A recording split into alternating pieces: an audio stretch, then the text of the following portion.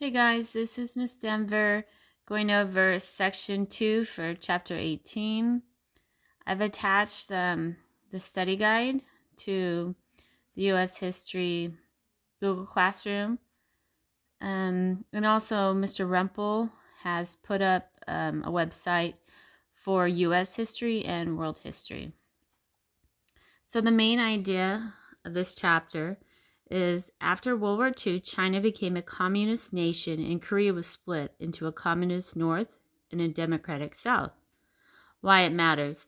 Ongoing tensions with China and North Korea continue to involve the United States.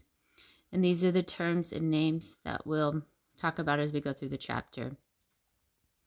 Let's go down here. Only 5 years after World War II ended, the United States became embroiled in a war in Korea.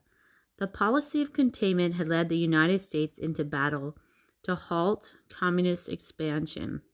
In this conflict, however, the enemy was not the Soviet Union, but North Korea and China.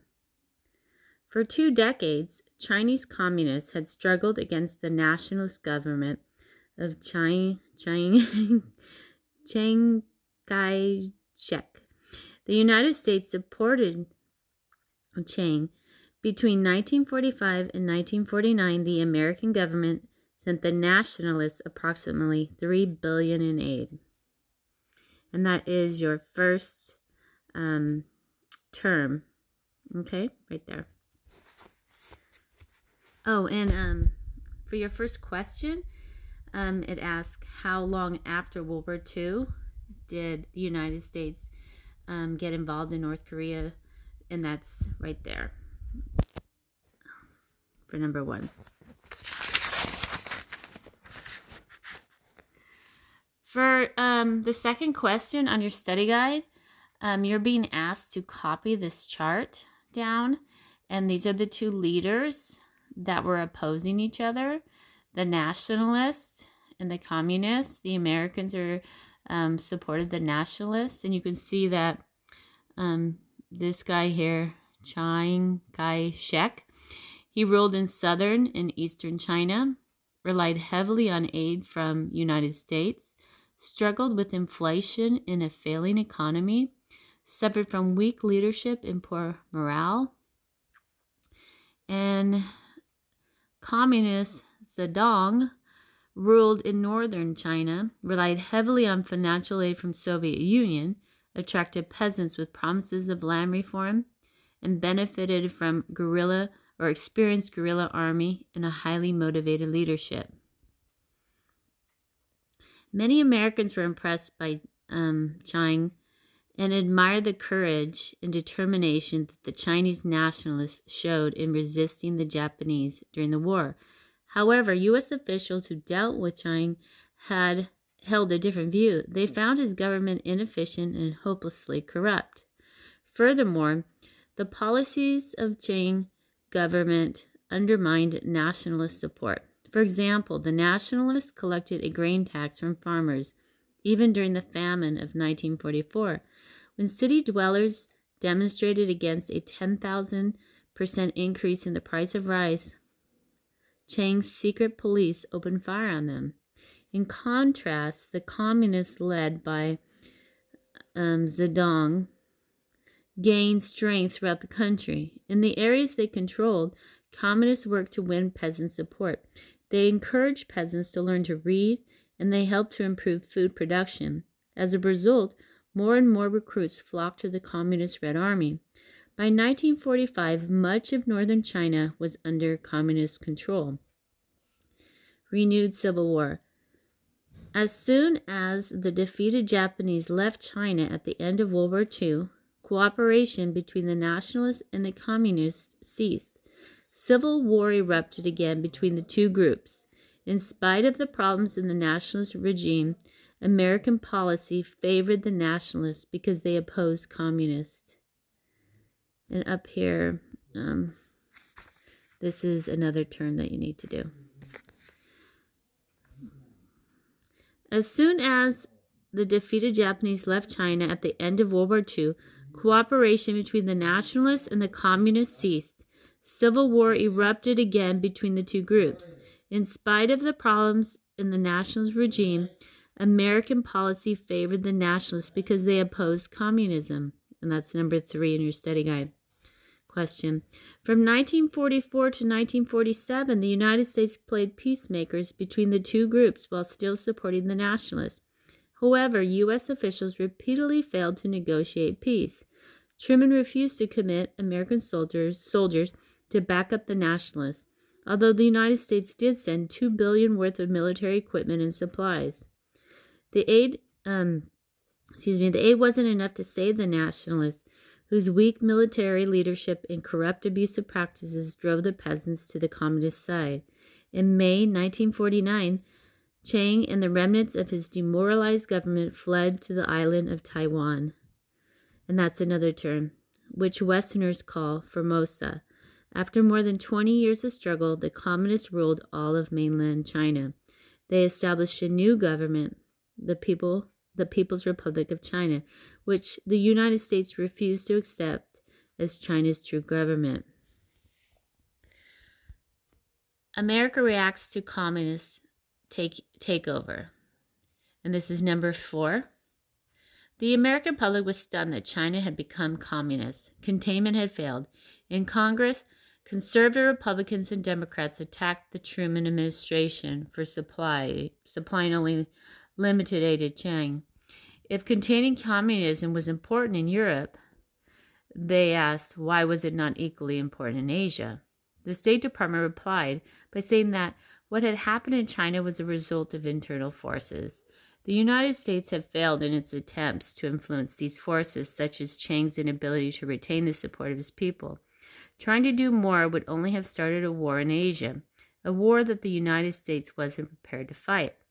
Some conservatives in Congress rejected this argument as a lame excuse. They claimed that the American government was riddled with communist agents. Like wildfire, American fear of communism began to burn out of control, and the flames were fanned even further by events in Korea the following year. The Korean War. Japan had taken over Korea in 1910 and ruled it until August 1945. As World War II ended, Japanese troops north of the 38th parallel, 38 degrees north latitude, surrendered to the Soviets. Japanese troops south of the parallel surrendered to the Americans. As in Germany, two nations developed, one communist and one democratic. This is another term. In 1948, the Republic of Korea, usually called South Korea, was established in the zone that had been occupied by the United States. Its government, headed by Syngman Rhee, was based in Seoul,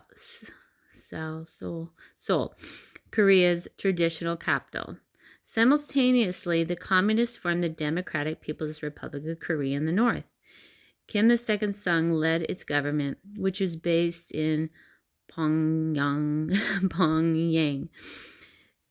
Soon after World War II, the United States had cut back its armed forces in South Korea. As a result, by June of 1949, there were only 500 troops there. And you can see that section right there is your number 5 question on your study guide. The Soviets concluded that the United States would not fight to defend South Korea. They prepared to back North Korea with tanks, airplanes, and money in an attempt to take over the entire peninsula. North Korea attacked South Korea.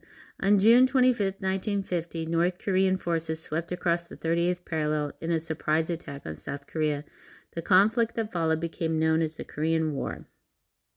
That's another term. Within a few days, North Korean troops had penetrated deep into South Korea. South Korea called on the United Nations to stop North Korean invasion. When the matter came to a vote in the UN Security Council, the Soviet Union was not there. The Soviets were boycotting the council in protest over the presence of nationalist China, which is Taiwan. Thus, the Soviets could not veto the UN's plan of military action. The vote passed. On June 27th, in a show of military strength, President Truman ordered troops stationed in Japan to support the South Koreans. He also sent American fleets into the waters between Taiwan and China. This is your number 6 question. In all, 16 nations sent some 520 troops to aid South Korea. Over 90% of these troops were American. South Korean troops numbered an additional 590,000. The combined forces were placed under the command of General Douglas MacArthur, former World War II hero in the Pacific. The United States fights in Korea. At first, North Korea seemed unstoppable. Driving steadily south, its troops captured Seoul. After a month of bitter combat, the North Koreans had forced UN and South Korean troops into a small defensive zone around Pusan in southeastern corner of the peninsula. MacArthur's counterattack. MacArthur launched a counterattack with tanks, heavy artillery, and fresh troops from the United States. On September 15, 1950, his troops made a surprise amphibious landing behind enemy lines at Incheon on Korea's west coast. Other troops moved north from Pusan, trapped between the two attacking forces. About half the North Korean troops surrendered. The rest fled back across the 38th parallel. MacArthur's plan had saved his army from almost certain defeat. The UN army chased the retreating North Korean troops across the 38th parallel into North Korea. In late November, UN troops approached the Yalu River, the border between North Korea and China. It seemed as if Korea was about to become a single country again. The Chinese fight back. The Chinese, however, had other ideas. Communist China Foreign Minister Zhou Enlai warned that his country would not stand idly by and let Americans come to the border, meaning the Yalu River. In late November 1950, 300,000 Chinese troops joined the war on the side of North Korea. The Chinese wanted North Korea as a communist buffer state to protect their northeastern provinces that made up Manchuria. They also felt threatened by the American fleet that lay off their coast. The fight between the North Korea and South Korea had escalated into a war in which the main opponents were the Chinese Communists and the Americans. By sheer force of numbers, the Chinese drove the UN troops southward. At some point along the battlefront, the Chinese outnumbered UN forces 10-1. By early January 1951, all UN and South Korean troops had been pushed out of North Korea. The Chinese advanced to the south, capturing the South Korean capital, Seoul. We face an entirely new war, declared MacArthur. For 2 years, the two sides fought bitterly to obtain strategic positions in the Korean hills, but neither side was able to make important advances. One officer remembered the standoff. Okay, so on this page, I'm not going to turn because last time I turned it, messed the video up. But on this page, it's 613.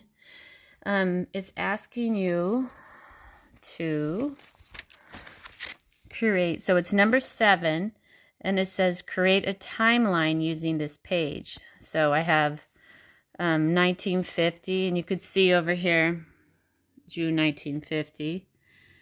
1950 September.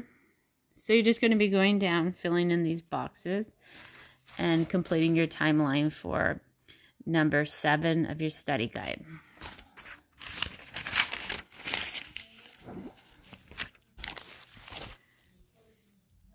For number 8, we have MacArthur recommends attacking China to halt the bloody stalemate in early 1951.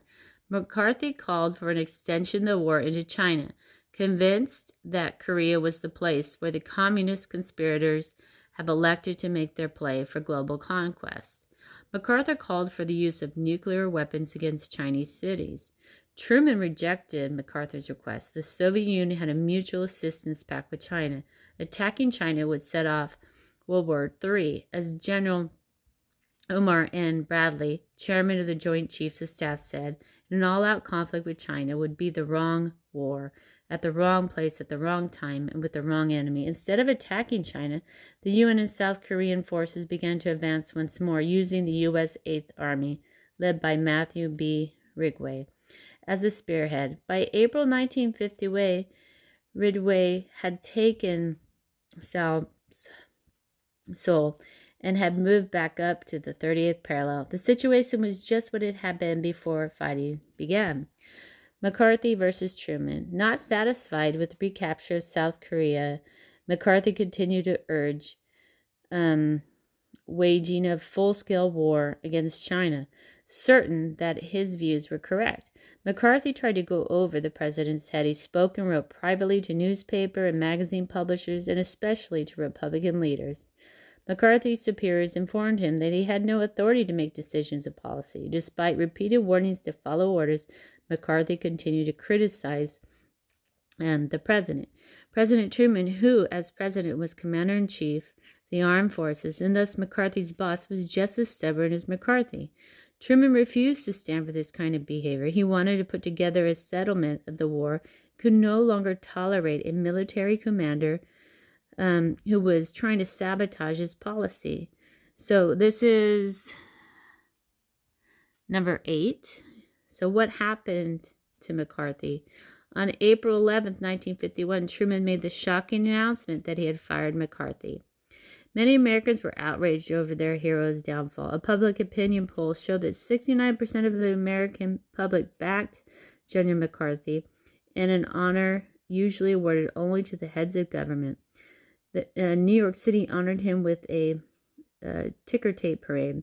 In his closing remarks to Congress, McCarthy said, "Old soldiers never die, they just fade away." Throughout the fuss, Truman stayed in the background. After McCarthy's moment of public glory passed, the Truman administration began to make its case. Let me fix that page. Let's see. Before a congressional committee investigating McCarthy's dismissal, a parade of witnesses argued the case for limiting the war. The committee agreed with them. As a result, public opinion swung around to the view that Truman had done the right thing. As a political figure, McCarthy did indeed fade away. Settling for stalemate. As the McCarthy controversy died down, the Soviet Union unexpectedly suggested a ceasefire on June 23, 1951.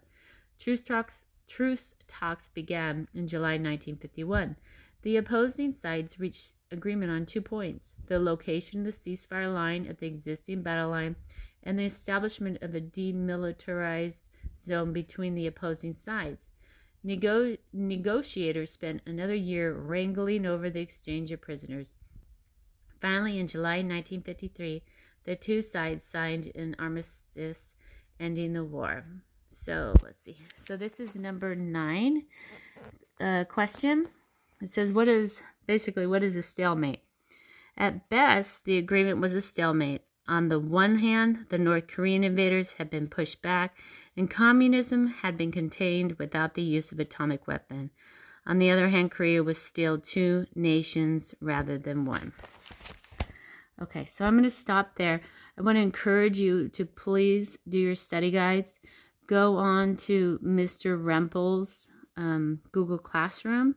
He's going to have other resources for you, updated assignments.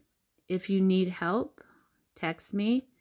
If you need more resources, more information, you can get a hold of me. Okay? So do your work, and I will see you soon. Bye.